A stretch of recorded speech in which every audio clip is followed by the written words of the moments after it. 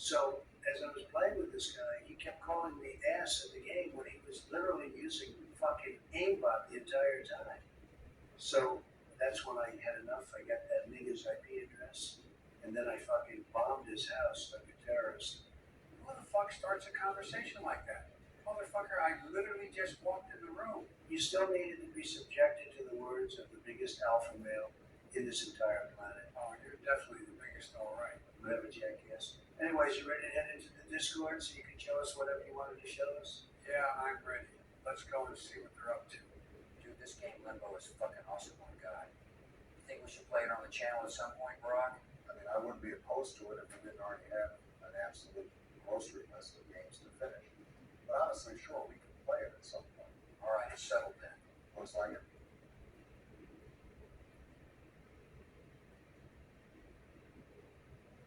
Damn, it's hella quiet. When that demented nursing home patient and that fat-ass humpback whale aren't constantly yapping about whatever weird shit they talk about or constantly arguing about some bullshit like in every video, I can get used to this for real. That's real as fuck, George.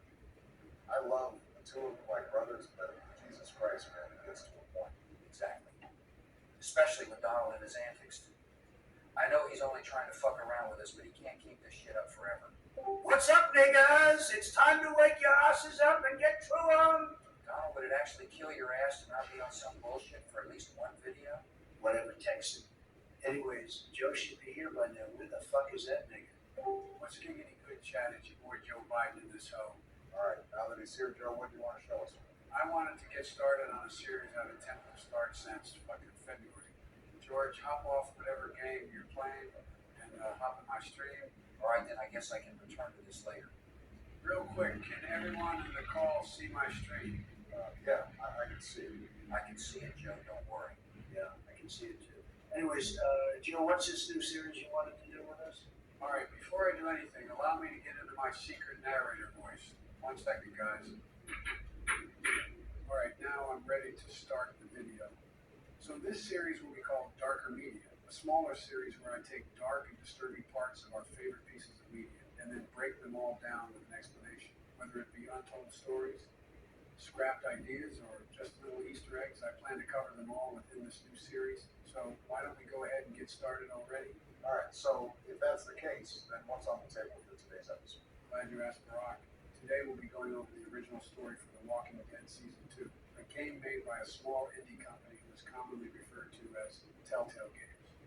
We have quite a lot of stuff to go over. I may not remember absolutely everything that happened, so if any of you guys watching have more information on what would have went down in the original story, and we have not discussed it in this video, please let us know in the comments section. Okay, then hurry your ass up and explain this shit already. Damn, slow ass motherfucker. Well, if you would shut your fat ass up for once, I could have been explaining this shit.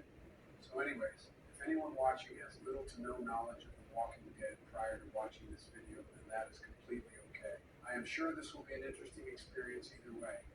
However, I would like to add one more thing before I start. Everything that I'm about to explain is mostly just either theory or speculation. Only a handful of stuff I'm about to go over have been confirmed by the developers themselves.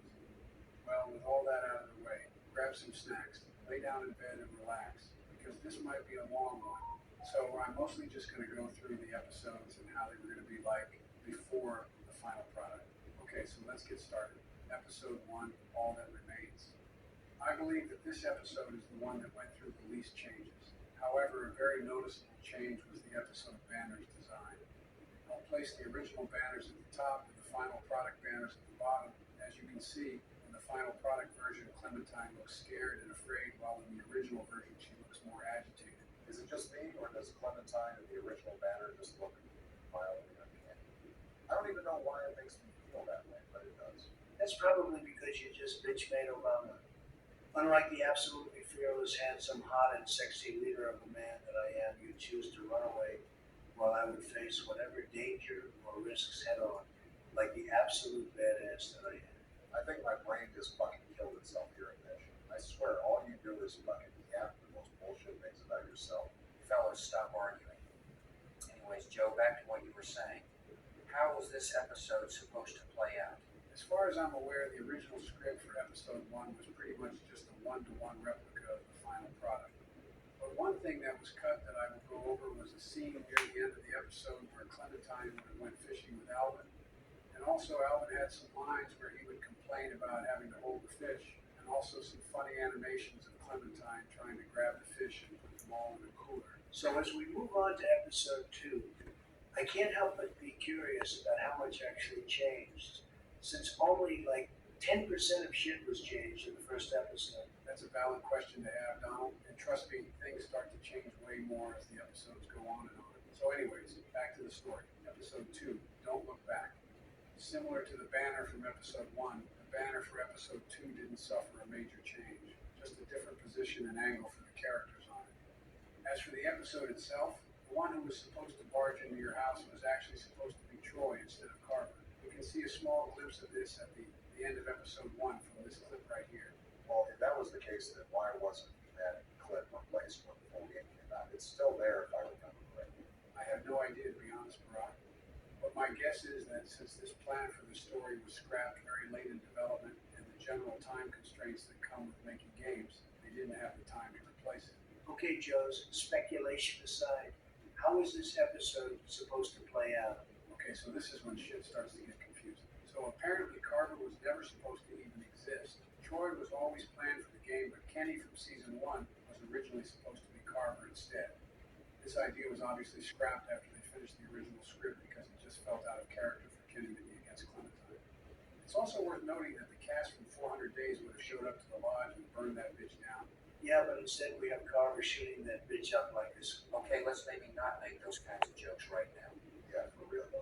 But anyways, Joe, is there anything else we should know about this? Not a whole lot left to cover, except that Serena and Walter weren't implemented in this version of the script.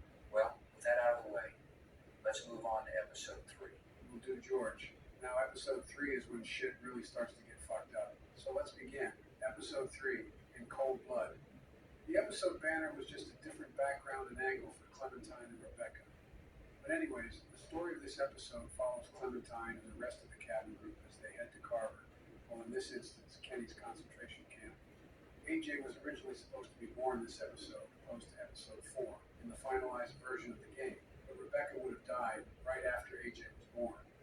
She would have lost way too much blood from giving birth to him. They also would have escaped the group normally with Carlos still dying during the escape. Jesus, I feel bad for Rebecca. Dying without even getting to see your newborn child is a scary thought. Exactly. And that also adds to the fact that her death would have inevitably made a far worse situation for the group anyway. Not a lot of adults left in the group, 2 other kids to look out for, and now a fucking baby to take care of now. Also, if I'm not mistaken, I think Troy would have died this episode, but not like how he did in the final game where Jane shot him in the dick and he got eaten by zombies. I don't know how he was originally going to die, but there is something worth talking about relating to Troy. So, there was an infamous rumor going around during the game's life cycle that Troy was originally going to molest Clementine, who was 11 years old at the time of the game. This rumor started due to Troy being portrayed as a generally weird guy, but thankfully this rumor was quickly debunked by Troy's voice actor, saying they would never go there. Well, I'm glad that shit was only a rumor because I wouldn't even play the game if it involved something like that. How did that rumor even come to being a thing that happened? Like I said before, it was based on Troy's generally weird personality. Another thing worth noting is that Troy's voice actor also confirmed that Troy himself was going to be a way bigger piece of shit than he already was. Apparently, Troy was also going to be sexist, homophobic, and many more things that haven't been fully disclosed. He was also going to sexually harass Jane a lot, so yeah, no wonder Jane shot off his cock. Anyways, how about we move on to episode 4? I'm curious to see how episode 4 and 5 would have been played out. Episode 4, Amid the Ruins. The first thing I want to note is that this episode banner didn't change significantly, similar to the rest of the banners in the game. It just had Clementine at a different angle. But anyways, this episode was also supposed to be dark.